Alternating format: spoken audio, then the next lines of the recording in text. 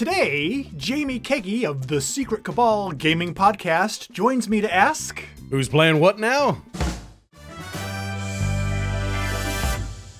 Hey there, and welcome back to another episode of Who's Playing What Now? The game show that tests our contestants' knowledge of which tabletop card and board games are being played the most often by people out there on this World Wide Web. Today is a special treat because I am joined by Jamie Keagy, one of the hosts and founders of the Secret Cabal Gaming Podcast. Jamie, thank you so much for joining me today. Oh, thank you so much, Chaz, for having me. I'm glad to be here. Oh, yes. And, I was doing a little research before the show, and I discovered that as of the time of this recording, neither you nor I have seen Star Wars Episode 9. That's true. I had to count them up on my fingers to make sure. Which one was 9? Oh, yeah, there's three. Yeah, the last one. Yeah. I haven't seen it yet. I saw the trailer, though. Well, another thing that I think that you and I have both been keeping an eye on is that you currently have a Kickstarter running to finance the 8th year of your podcast. How's that going? Yeah. This year will be the 8th year that we've done the show, and the Kickstarter is doing really well. It's over on Kickstarter right now, and I'm really happy about it. I'm excited for another year of the Cabal. Hopefully, you're in the mood to win some money for a viewer. Let's do it. The person that you are going to be playing for is Jeremy Ginsburg. Jeremy Ginsburg. All right, Jeremy, we're going to do it. I know it. I'm going to get you lots of money. You're going to get all kinds of cool stuff out of the store. I'm always surprised at what the store has. I mean, it has not only some games and components, but other little bits and pieces, but there's also like some art prints and stuff in there. And there was just a spring update to the store that added a whole bunch of more stuff. Mm-hmm.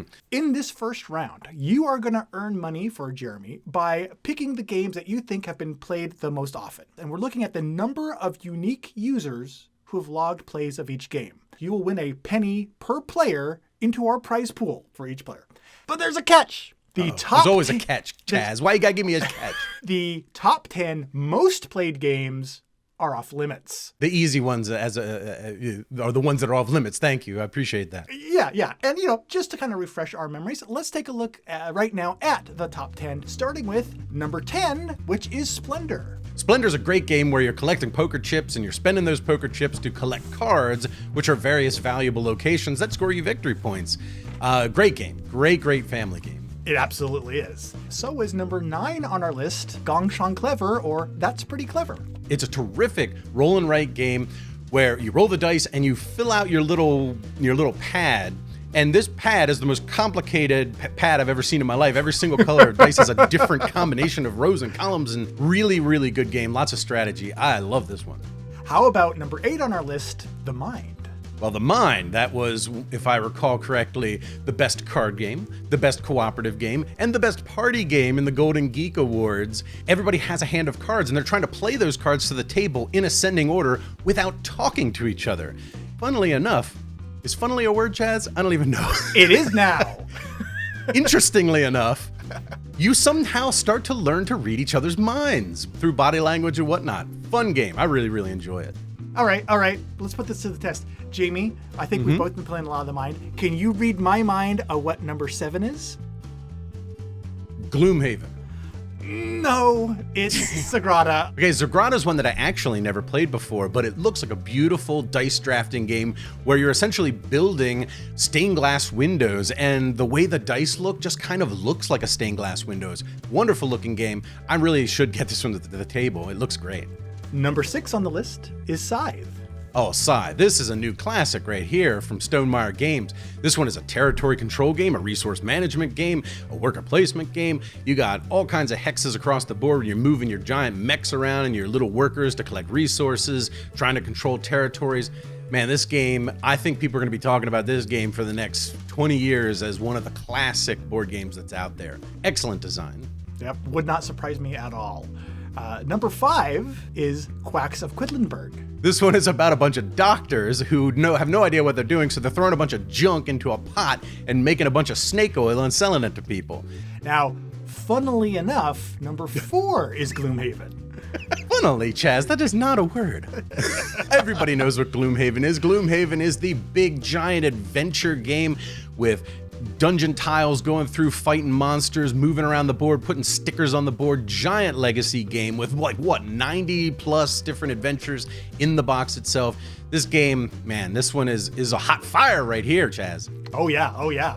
Also, still burning is number 3, Terraforming Mars. Well, of course, Terraforming Mars, because it is one of the best games designed in the past, 10 years.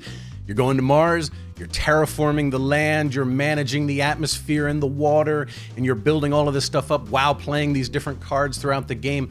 Wonderful, wonderful, very heavy, beautiful Euro game. Another game that still has some lift is Wingspan at number 2. Basically, you're a bird watcher, a bird enthusiast, some kind of thing.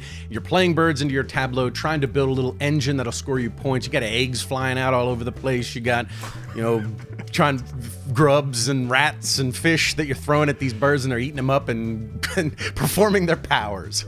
I got one more for you to describe, and that is the number 1 most played game last month, Azul. Again, another one that I think is going to be a classic for years to come. This one, similar to Sagrada, which is about making stained glass windows. This one, you're actually making tiled walls with these beautiful, beautiful little tiles, they look like ceramic tiles, and you're building them onto the board in patterns that are going to score you victory points at the end of the game. Very cool, abstract game with an interesting theme that has to do with the artistry of creating those sort of Spanish tiled walls. Absolutely. There is our list of the top 10 most played games. Now we know which games are off limits. We know who we're playing for and what their prizes are going to get. So let's get right into round 1 and get your top 5 picks.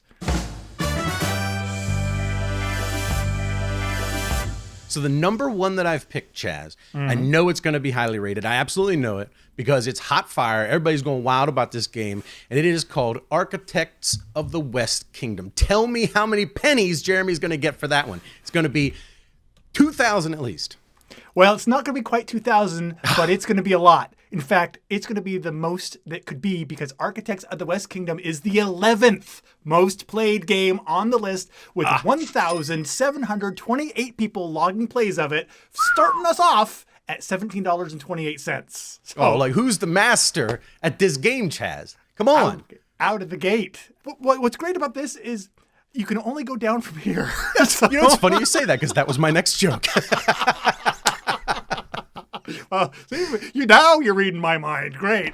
Yeah, exactly, right? Well, at least this one is for money, so let's get to it. So the next one, Chaz, I know is going to be the number 12 on the list. It absolutely is. It can't possibly be.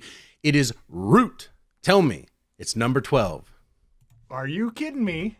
Because Root comes in at number 12 on the list with 1,648 people for another $16.48.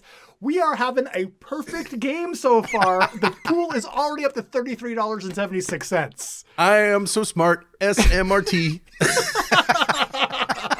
All right, so let's go down a little more. So my next one, this one is one that was very hot in our little friend group, Chaz. Okay. We played it. I remember we played it at BGG-Con. And this one, we played an hour and 15-minute game of this, and it's only supposed to go 20 minutes. Keyforge. Tell me, number 13. Keyforge is not number 13. You cooled a little bit, but you're still in the high-ranking ones because that is number 24 with 1,148 people logging games of that one. Well, Jeremy, we're still getting you some pennies. Even though we went to 24, we're still getting you pennies. Oh, yeah, absolutely. Now it's here where we're going off the rails, Chaz, because I after this one, I wasn't sure what to put. Okay, no, this is where it gets good. When you run out of ideas is where it gets really interesting. Okay, so, all right, so I'm going off of my own experience with my own gaming group. I go to a place called Beer Mongers. A bunch of people collect together, and we play games all the time.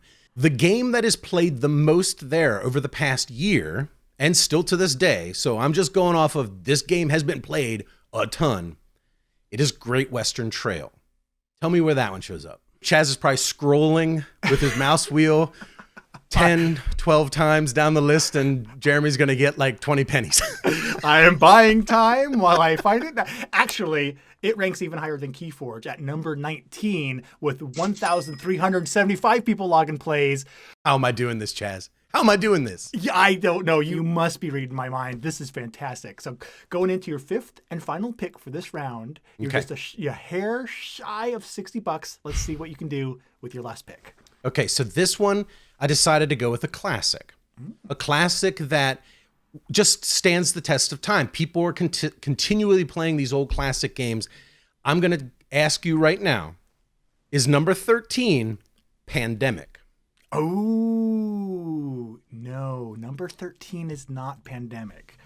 Very, very decent choice, though, because Pandemic comes in at number 32 with 1,011 people logging games, which is a fantastic, and you ran the table in round one, ending up with $69.10 in the prize pool. Well, I have to tell you, Chaz, I'm very proud of myself because all of my picks were over 1,000. I'm pretty happy with myself right now. Yes, Jamie, we're all very proud of you. So I'm going to reset for round two, and we'll be right back. All right, we are all ready for round two. And in round two, Jamie, you're going to play a brand new game called Every Number. Because what I have here is a list of every number from 0 to 9. So technically, it's not every number. It's just 10 numbers, 0 through 9. It's the first 10, yeah. If you only take integers into... okay. It doesn't matter. You're going to pick the numbers 0 through 9. And I have found 4 games from this month's list because they have a very unique characteristic. Each of those numbers, 0 through 9, each one appears only once in the number of players for each of those games combined. The more popular the game, like Spirit Island, the more money each individual slot you fill up is going to be worth. But again, there's a catch because you're going to be dropping in numbers one at a time, plop, plop, plop, and I'm going to tell you where they go. As soon as you fill up 3 games, those 3 games are the only ones that are going to score. Once you are ready, give me your first pick, and I'll tell you where that digit fits into our map. All right, Chess. So we're going to go with the easy one first. Because I know that Spirit Island was somewhere in the thousands, right? I'm smart, remember? That's right. We came to that conclusion, funnily enough. Yeah. So I'm going to start with 1. All right. Does that strategy pay off? Well, it does, because Spirit Island had at least 1,000 people play it. So right there, cha-ching, a potential $4.12 added to the prize pool. Okay. So now the next one, Chaz, I'm going to go with 2 because for some reason I feel like Spirit Island had 12,000 and something. Like for some reason my mind keeps saying 12,000 and something. 12,000? Oh, 1,200. Yeah, never mind. I'm not so smart anymore now. Shut up. I think you just you proved our theory there. Well, actually, I'm going to give you the benefit of the doubt. You may be just that smart after all, because yeah, at least 1,200 people played Spirit Island. It is the second number in Spirit Island. Now, Jamie, just to reiterate, you don't have to get these in order. You can put the numbers anywhere you want. But... listen, don't mess with my methods here, Chaz. Don't fool with me here. I'm getting things done. All right, so the next number I know is going to be... Could you imagine if I got all of these for Spirit Island in the first chance? Let's see. We're trying. Okay, the next number is 4. Ooh, well, 4 does not go in Spirit Island. 4 is the first digit in Terra Mystica. At least 400 people played Terra Mystica last night. Okay. Well, that's good. It's still up there. I'm going to go with 7 next, Chaz. Ooh. Did you know that at least 70 people played Samurai Spirit? 7. Versus. All right, let's go with 3 next. Did you know that 3 people played Scum, the food chain game, last month? I swear 0. 0. It had to have been 0, but no, it had to be 3. All right, so Scum, the food chain game, unfortunately, that one locked in. That's terrible. Let's see if we can get at least Spirit Island and Terra Mystica on the board. So what we got here? We got 1, 2, 3, 4, and 7. So I'm going to go with 6. Oh, 6. 6 is a pretty good pick because that is the third digit in Spirit Island. So at least 1,260 something people played Spirit Island. Okay. 3, 4, 6, 7. 0. Let's do 0. That's the 4th number in Spirit Island. You got that one locked in.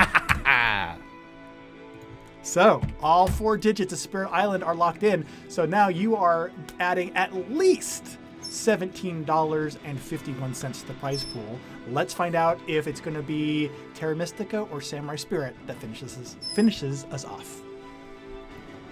Next number is 9. Ooh, 9 is the 3rd digit in Terra Mystica. Right. So is it a 5 or is it an 8? 5. 5 goes to Samurai Spirit. 75 people played that one.